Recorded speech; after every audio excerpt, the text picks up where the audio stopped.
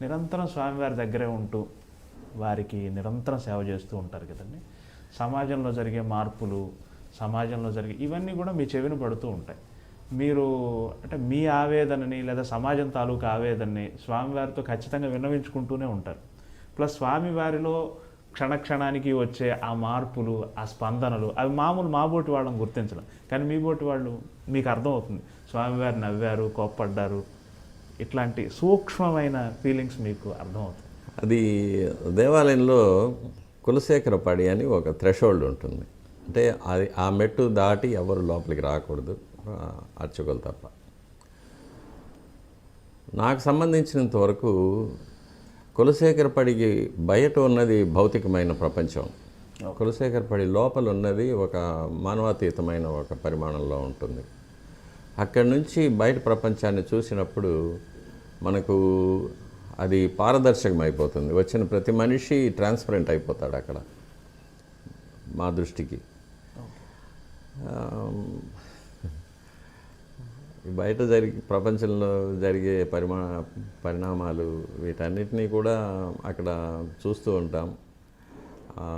భక్తులనే పేరుతో వచ్చే కొంతమంది, నిజంగా భక్తితో వచ్చే కొంతమంది, వారికి అక్కడి సిబ్బంది చేసే సేవలు, వీటన్నిటిని చూసినప్పుడు కాస్త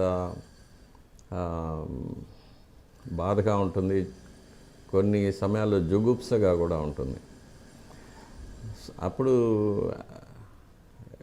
నేను ఈ ప్రపంచాన్ని చూడకుండా స్వామివారి వైపు తిరిగి కూర్చుంటాను. లేకపోతే స్వామివారిని అలా చూసినప్పుడు స్వామివారు నవ్వుతూ ఉంటారు, ఇదంతా నా లీలే, నేనే వీళ్ళందరినీ ఇలా ఆడిస్తున్నాను అంటారు.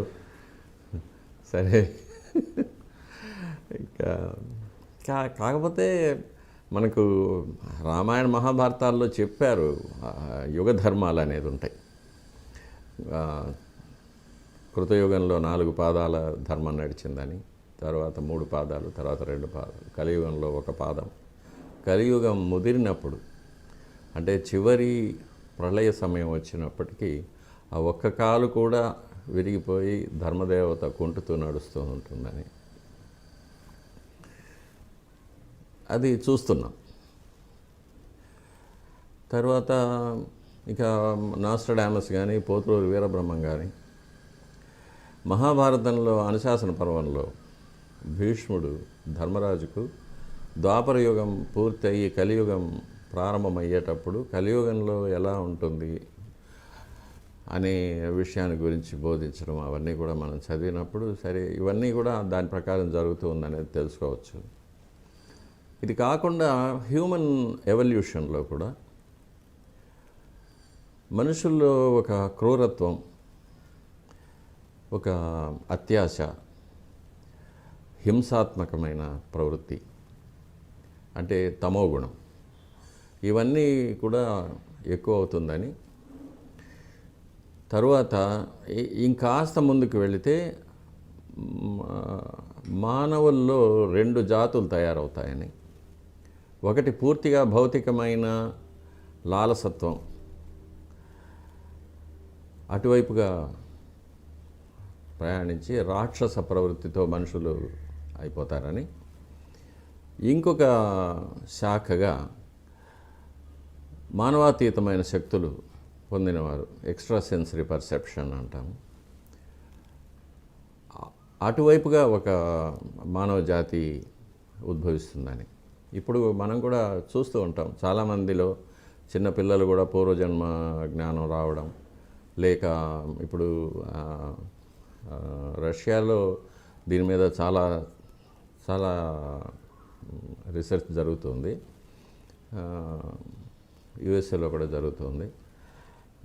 మనుషులు కొన్ని సమాధి స్థితికి పోవడం, అందులో జరిగే మార్పులు, వాటి మీద. ఇవి కాకుండా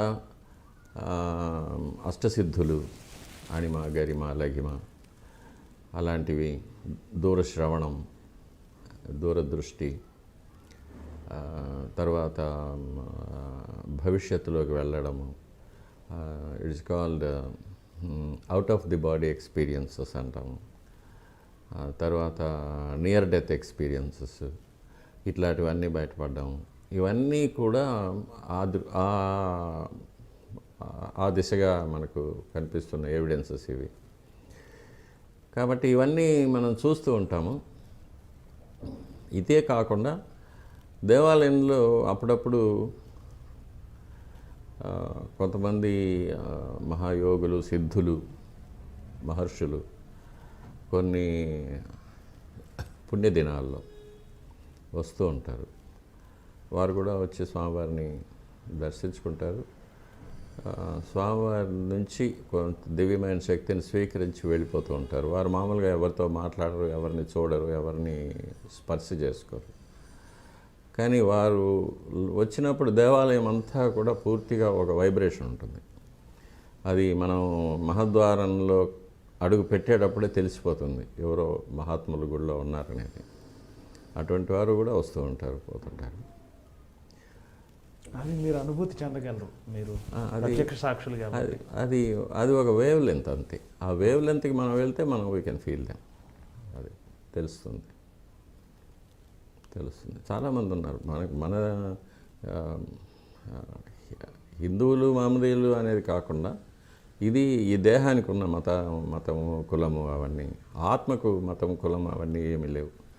చాలామంది పాశ్చాత్యులు కూడా వచ్చినప్పుడు అటువంటిది ఉంది. వాళ్ళు చూసే విధం, వాళ్ళు స్వామివారి దగ్గర ఆ శక్తిని గ్రహించే విధం, ఇవన్నీ కూడా మనం చూస్తూ ఉంటాం గుళ్ళో common. For more videos, please subscribe to iDream. Hi, this is Sai Kripa, Strength Coach. For more videos, please subscribe to iDream. And more videos, please subscribe to iDream Media. Hi, I'm Sirisha Reddy, fashion designer. Please subscribe to iDream Media. For more videos, please subscribe iDream Media. Please do subscribe to iDream. Hello అందరికీ నమస్కారం, నేను మీ getup Srinu. Please subscribe to iDream Media.